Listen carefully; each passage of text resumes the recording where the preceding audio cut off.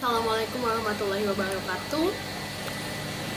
Pada video kali ini, kami dari kelompok 3 akan menjelaskan materi biokimia, yaitu mengenai biosintesis urea dan asam amino.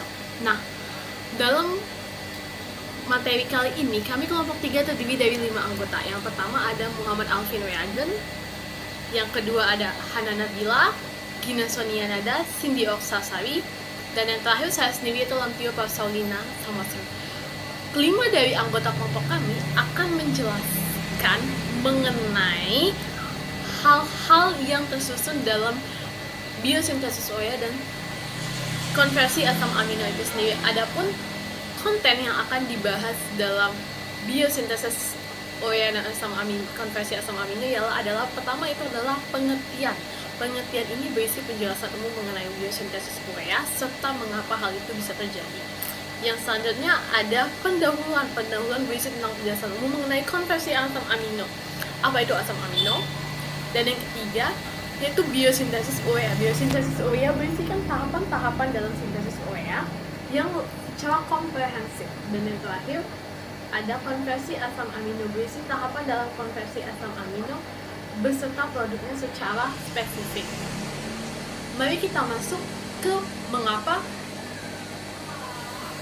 dapat terjadinya biosintesis urea dalam tubuh. Kita tahu bahwa manusia mengkonsumsi berbagai jenis makanan seperti daging, telur, ataupun tahu yang banyak mengandung protein. Protein tersusun oleh asam amino, di mana asam amino ini terdiri dari gugus nitrogen di dalamnya.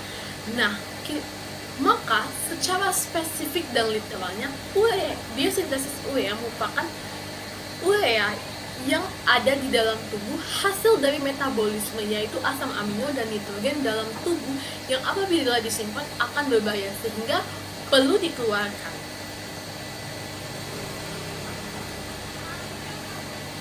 Mari kita masuk ke dalam tahapan-tahapan umum biosintesis urea. Nah, biosintesis urea terdiri dari 4 tahapan umum, yaitu transaminasi, deaminasi oksidatif glutamat, transport amonia, dan yang terakhir ialah reaksi siklus urea, di mana proses terbentuknya urea melalui oksidasi pada hati yang merupakan hasil dari metabolisme protein atau asam amino itu sendiri. Dan dari di hatilah itu akan terjadinya berbagai proses dari biosintesis urea itu sendiri, di mana tahap transaminasi seperti pada slide itu tahap transaminasi dari asam amino akan dihasilkan asam ketoglutamat dan L-glutamat, lalu akan memasuki tahap oksidasi deaminisasi yang akal adanya menghasilkan urea, dan yang nanti akan terjadi transport amonia, dan pada akhirnya menuju pada siklus urea dan terakhir didapatkan urea itu sendiri. Yang pertama, kita akan membahas tentang transminasi, di mana gugus amin dari AA dapat ditransfer ke alfa-ketoglutarat membentuk glutamat dan alfa-asam keto. Kemudian, aspartat aminotransferase mengkatalisis transminasi nitrogen yang dapat dibalik antara aspartat dan glutamat. Alan aminotransferase mengkatalisis reversibel transminasi nitrogen antara alanin dan fosfat. Kemudian terjadinya transfer atau pindah gugus amino reseptor asam keto yang cocok, di mana asam amino mengalami transminasi atau katalisator dengan supra alfa ketoglutarat dan glutamat. Pada bagian kiri terdapat skema dari proses transminasi. Tahapan kedua yaitu ada deaminasi oksidatif, di mana pada tahapan ini terjadinya penghilangan gugus amin dari glutamat yang memerlukan enzim hepatik L-glutamat dehidrogenase yang dapat kita singkat dengan GDH. Pada bagian tengah itu terdapat skema dari deaminasi oksidatif. Kemudian GDH menggunakan NAD+ dan NADP+ sebagai oksidoreduktan yang akan menghasilkan suatu amonia. Kemudian aktivitas liper GDH dihambat oleh suatu ATP, GTP, dan NADH, dan aktivitas H3GDH diaktifkan oleh suatu ADP. Tahapan yang ketiga yaitu ada transport amonia, di mana glutamin sintase akan mengikat amonia menjadi glutamin dengan katalis glutamin sintase mitokondria. Selanjutnya, amonia akan dibawa dalam bentuk yang aman dengan diikatkan ke glutamin atau glutamin sintase dan akan dilepaskan kembali oleh glutaminase.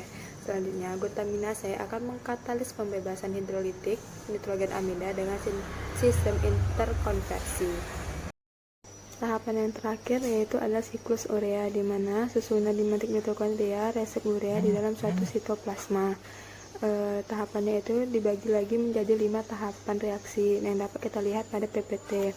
Kemudian tahapan yang pertama yaitu adalah sintesis karbomol fosfat, kondensasi 1 mol masing-masing ion amonium, karbon dioksida, dan fosfat yang berasal dari ATP untuk membentuk karbomol fosfat dikatalisis oleh karbomol fosfat sintase.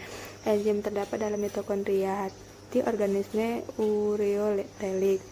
2 mol ATP yang dihidrolisis selama reaksi ini menyediakan tenaga penggerak untuk sintesis 2 ikatan kovalen, ikatan amida dan ikatan campuran asam karboksilat, asam fosfat anhidrat dan karbomol fosfat. Di samping Mg12, suatu asam dikarboksilat lebih disukai N-asetilglutamat yang dibutuhkan. Peranan tepat N-asetilglutamat tidak diketahui dengan pasti.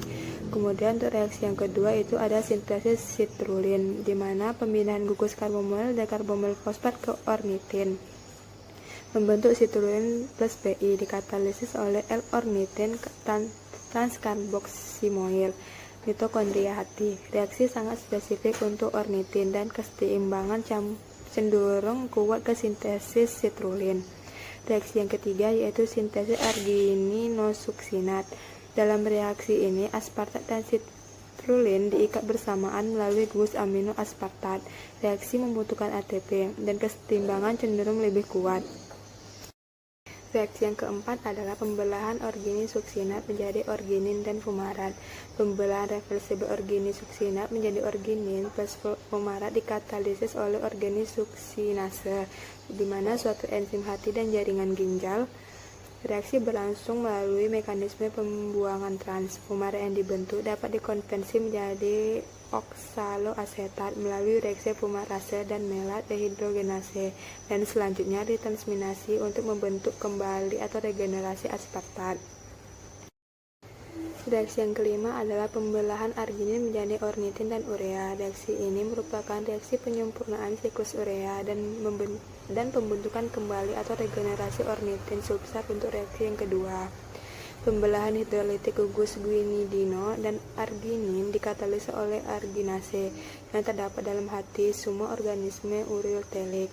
Dalam jumlah yang lebih kecil, arginase juga terdapat dalam jaringan ginjal, otak, kelenjar mamae, jaringan testikuler, dan kulit.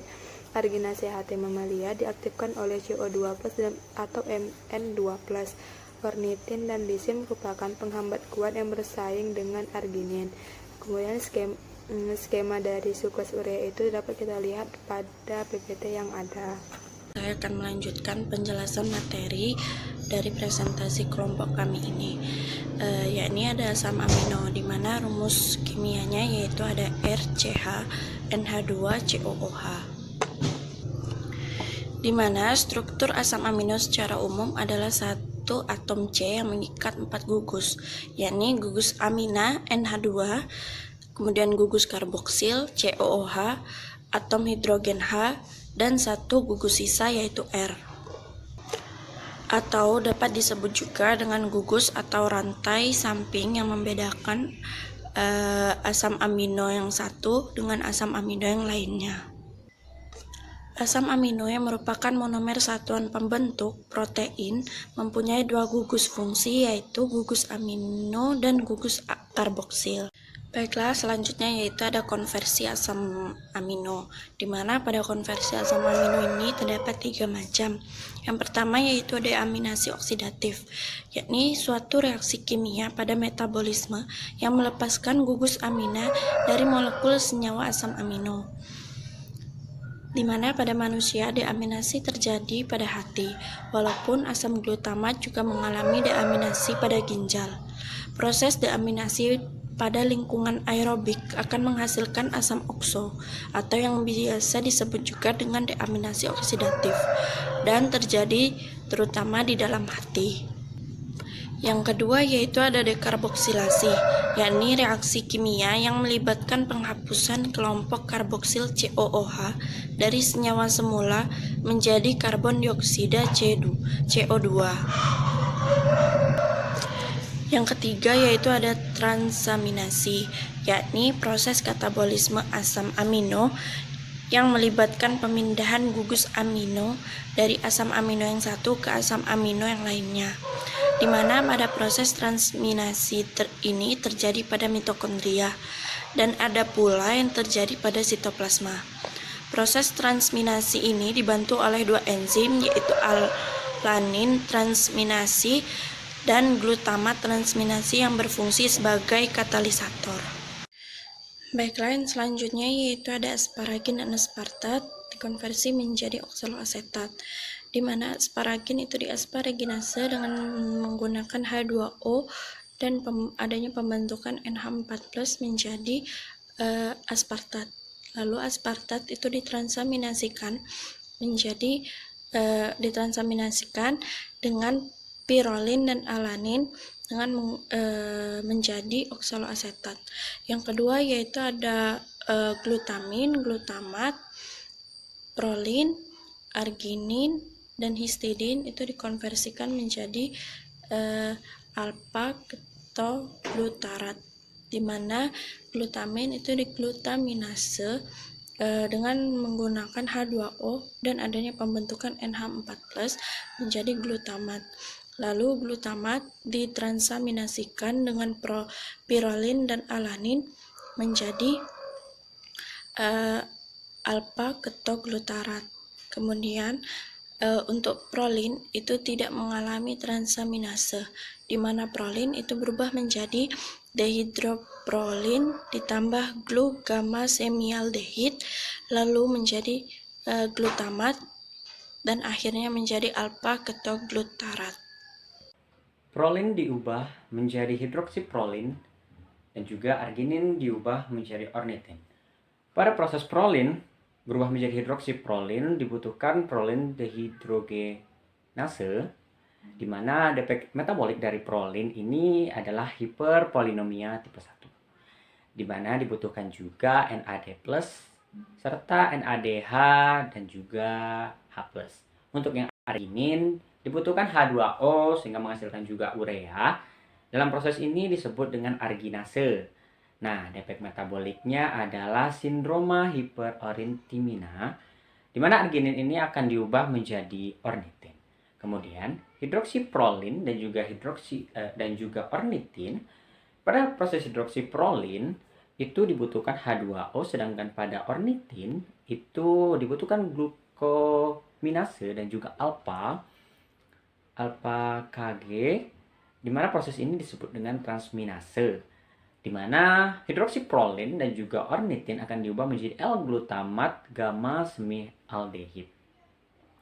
Nah, pada proses selanjutnya L-glutamat semialdehid akan diubah menjadi L-glutamat, disebut dengan proses dehidrogenase, di mana defek metabolik dari proses ini adalah hiperprolinema tipe 2 dan juga strobigrat pada retina. Nah, dibutuhkan NAD dan juga nanti hasilnya NADH dan H+. Dan juga hasilnya dan diubah menjadi L-glutamat tentunya. Nah, kemudian L-glutamat ini akan diubah menjadi alpha-ketoglutarat dari proses yang disebut dengan transaminase. Dibutuhkan piroksin dan juga alanin. Baik, selanjutnya yaitu histidin membentuk dengan alpha-ketoglutarat. Histidin dalam prosesnya disebut dengan histidase akan diubah menjadi urokanat, di mana hasil sampingnya yaitu amina. Amina tentunya. Nah, kemudian urokanat akan diubah menjadi 4 imidazol dan juga 5 propionat, di mana proses ini disebut dengan urokanase. Nah, dibutuhkan H2 dalam proses ini. Selanjutnya 4 imidazol, 5 propionat diubah menjadi N-pormimiglutamat, dibutuhkan H2O dan juga H4 folat yang disebut dengan proses hidrolase. Kemudian N-pormimiglutamat atau Fi-glu ini kemudian diubah menjadi L-glutamat. Nah, dalam proses ini disebut dengan glutamat propomina transferase. Nah, L-glutamat ini nantinya akan diubah menjadi alpha-KG yang diproses dengan proses transaminase dan hasil sampingnya yaitu berupa alanin dan pirokinase. Defek metabolit dari histidin ini yang pertama histidinemia. Nah, gangguan pada enzim histidase. Kemudian terjadi kenaikan kadar histidin dalam darah dan juga urin. Kemudian selanjutnya yang kedua yaitu asiduria urokanat. Ini merupakan efek metabolik yang kedua dari histidin, yaitu gangguan pada enzim urokanase. 12 asam amino membentuk asetil koenzim A. Yang pertama itu alanin, cysteine, serin, hidroksiprolin, dan juga treonin yang nantinya akan diubah menjadi piruvat. Nah, kemudian dari piruvat ini akan diubah menjadi asetil koenzim A, di mana proses ini disebut dengan piruvat dehidrogenase. Kemudian fenilalanin, tirosin, triptopan, lisin, dan leusin akan diubah langsung menjadi asetil koenzim A. Baiklah, selanjutnya adalah asam amino membentuk piruvat. Yang pertama, L-trionin diubah menjadi glisin, kemudian diubah menjadi L-siren, dan diubah menjadi piruvat. L-alanin itu juga diubah menjadi piruvat, dan L-cysteine itu diubah menjadi L-cysteine, dan dikonversi menjadi piruvat. Nah, setelah itu piruvat diubah menjadi asetil KOH. Kemudian katabolisme glisin, yang pertama itu adalah glisin melalui siren membentuk piruvat seperti yang ada di reaksi di bawah PPT. Kemudian glisin diuraikan menjadi CO2, NH4 dan metilen tetrahidrofolat, dan dimana ini disebut dengan jalur katabolisme utama dari glisin. Selanjutnya yaitu defek metabolik dari katab glisin. Ada dua, yang pertama glisinuria, di mana akibat defek reabsorpsi dari tumulus ginjal, kemudian ekstraksi glisin, di mana lebih tinggi 0,6 sampai 1 gram, itu bisa mengakibatkan batu ginjal. Kemudian hiperoksaluria primer, yang pertama ekstraksi oksalat, jika tinggi maka tidak terhubung dengan intake oksalat.